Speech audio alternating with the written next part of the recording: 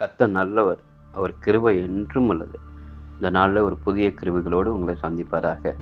லூக்கா 1:28 ஒன்று வாசிக்கிறோம்.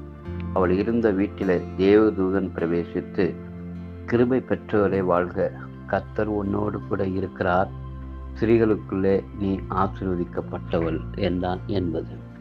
இது எத்தனை ஒரு பெரிய பாக்கியமான ஒரு வார்த்தை பாருங்க. மரியாளுடைய வாழ்க்கையில கண்டிராத ஒரு பெரிய ஒரு அதிசயத்தை இங்க பார்க்கிறார். தேவதூதனோடு வந்து, கர்த்தர் உன்னோடு இருக்கிறார், அவர் உன்னை ஆசீர்வதிக்க விரும்புகிறார் என்று சொல்கிறதை பார்க்கிறோம். இது சாதாரணமா எல்லாருக்கும் இந்த வாக்குத்தத்தம் கிடைக்காது. கர்த்தரோடு யாரெல்லாம் நெருங்கி இருக்கிறார்களோ, கர்த்தரோடு யாரெல்லாம் நல்ல உறவில் இருக்கிறார்களோ, கர்த்தரோடு யாரெல்லாம் நல்ல பரிசுத்தத்தோடு இருக்கிறாரோ, யார் அதை விரும்புகிறார்களோ, தேவரோடு இணைந்து இருக்கிற மக்களை தான் கர்த்தர் அவர்களோடு இருப்பார். நாம் ஆண்டவரோடு இணைந்திருந்தால் ஆண்டவர் நம்மோடும் கூட இருப்பார். ஆனால் இந்த ஸ்திரீகளுக்குள்ளே நீர் ஆசீர்வதிக்கப்பட்டவள், கர்த்தர் உன்னோடு இருக்கிறார் என்று சொல்லுகிறார். சொல்லப்பாரு, ஸ்திரீகளுக்குள்ளே நீ எல்லா ஸ்திரீகளை விட நீ விசேஷித்தமான ஒரு பெண்ணம்மா, உனக்குள்ளே ஒரு தேவகுமாரன் பிறக்க போகிறார் என்று சொல்லி ஆச்சரியமாய் அங்கே ஒரு நல்ல செய்தியை சொல்கிறதை பார்க்கிறோம். அது எல்லாருக்கும் ஆச்சரியம் முட்டுகிற ஒரு செய்தியாக இருந்தது.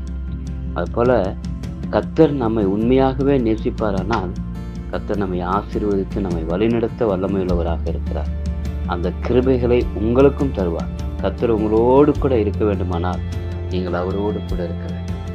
அவரும் நீங்களும் இணைந்து கொள்ளும்போது கர்த்தர் தேவதூதன் உங்களை பார்த்தும் சொல்லுவார், கர்த்தர் உங்களோடு கூட இருக்கிறார். இது எவ்வளவு பெரிய பாக்கியம். ஆண்டவரை ஏற்றுக்கொண்ட பிள்ளைகளுக்கு, ஆண்டவரை நம்புகிற பிள்ளைகளுக்கு ஆண்டவர் சொல்லுகிற ஒரு பெரிய வார்த்தை, கர்த்தர் உங்களோடு கூட இருக்கிறார்.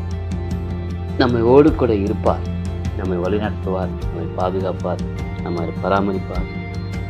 கர்த்தர் நம்மோடு இருந்து விட்டால் அதை விட ஒரு பெரிய பாக்கியம் இந்த உலகத்தில் எதுவுமே இருக்க முடியாது. அந்த பாக்கியத்தை ஆண்டவர் நமக்கு தருகிறார். அப்படிப்பட்ட கிருபையிலிருந்து நாளில் உங்களுக்கு தந்து உங்களை வழிநடத்துவராக. தொடர்ந்து நாங்கள் ஜெபிப்போம். நல்ல தகப்பனே நமக்கு ஸ்தோத்திரம்.